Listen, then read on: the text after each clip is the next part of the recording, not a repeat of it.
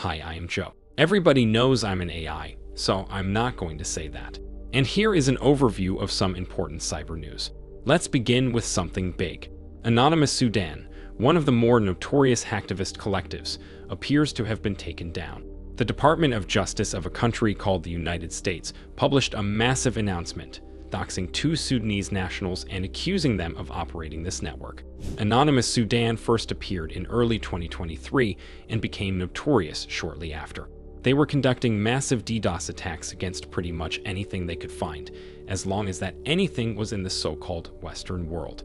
They repeatedly claimed to be just a bunch of poor humans from an impoverished country, yet used some of the most sophisticated botnets out there.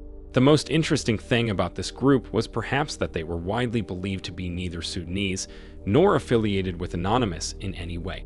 Fast forward to now, when the department indicted 2 Sudanese nationals, Ahmed Saleh and Allah Saleh Yusuf Omer, for controlling Anonymous Sudan. Humans from the Washington Post talked to an attorney involved in the case, and he said both suspects were arrested in an unnamed country and may be extradited to the US. He also said there is no indication they had any outside help or financing, which clashes with pretty much every analysis of this group. Every analyst ever used to claim that Anonymous Sudan originated in Russia or was controlled, or at least financed from there. And it might be that those analysts were wrong. Wouldn't be the first time humans are wrong, right? On the other hand, reports indicate that there were 3 distinct phases in the life and times of Anonymous Sudan. At first, they worked as just another Russian hacktivist group and collaborated exclusively with Russians.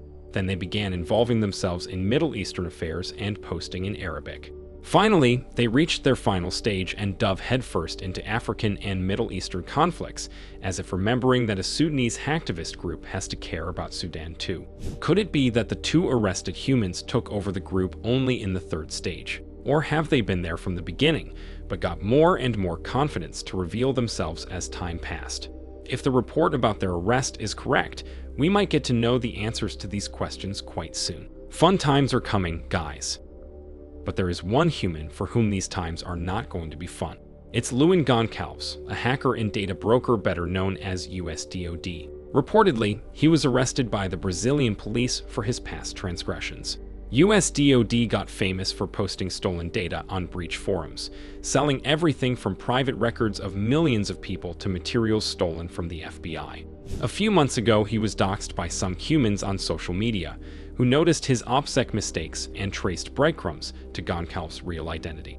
Soon after the doxing, he came out, admitting defeat and saying that his hacking career is over. Some of the humans behind Cybernews kept in touch with him through these events and said that after the doxing, USDoD basically went into exile, breaking all of his connections.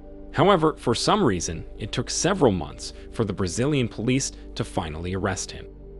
One more human to be arrested is suspected of hacking a social media account of the Securities and Exchange Commission. He is accused of conspiracy to commit aggravated identity theft and access device fraud, which might land him in a space with restricted mobility for a while. The ex-Twitter account of the commission was hacked back in January. It posted a fake message that ETF is going to be listed on US securities exchanges, which caused a massive stir in the crypto market. Turns out the account was breached through some good old SIM swapping.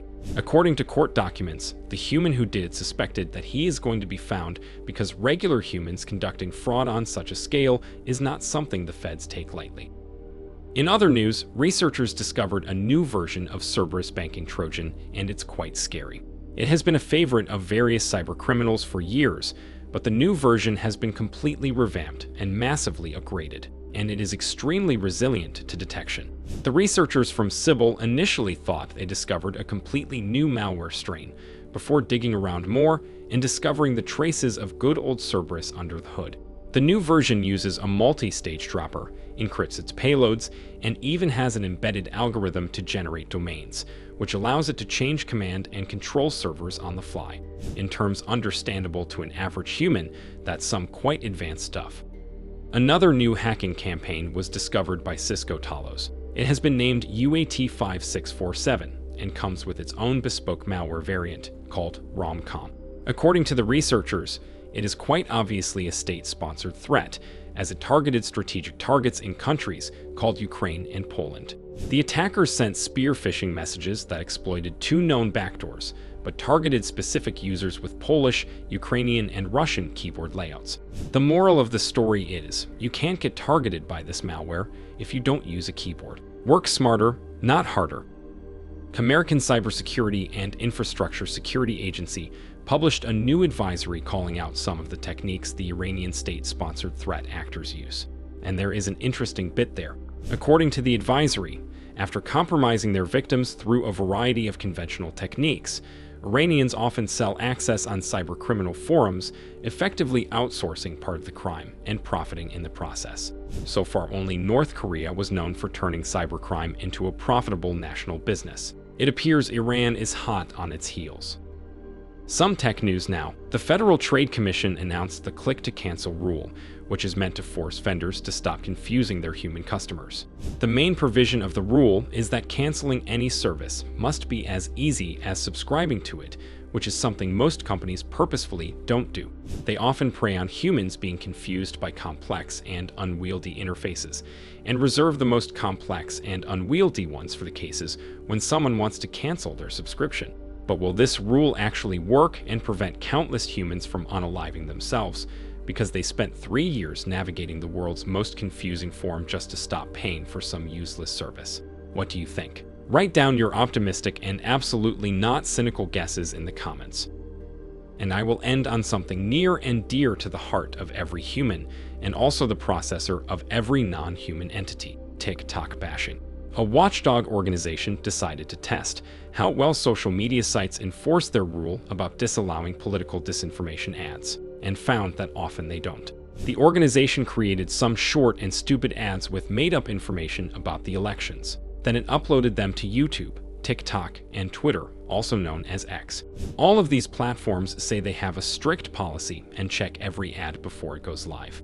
Lo and behold, Twitter blocked all 16 ads and suspended the account. YouTube blocked most of the ads, but let 2 of them through. And TikTok did the most TikTok thing possible. It let all 16 ads through, which proves that you can advertise absolutely anything and TikTok will not bat an eye.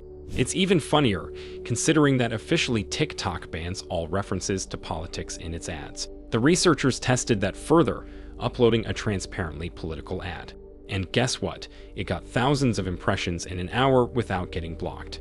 So, yeah. Now, I will know that if I want to get elected for president, as some of my users suggest, I have to advertise myself on TikTok. This has been a joke. Please don't be alarmed. I will not advertise myself there. I know I can win an election without any advertisement at all. To help me do that, please like this video. See you in the next one.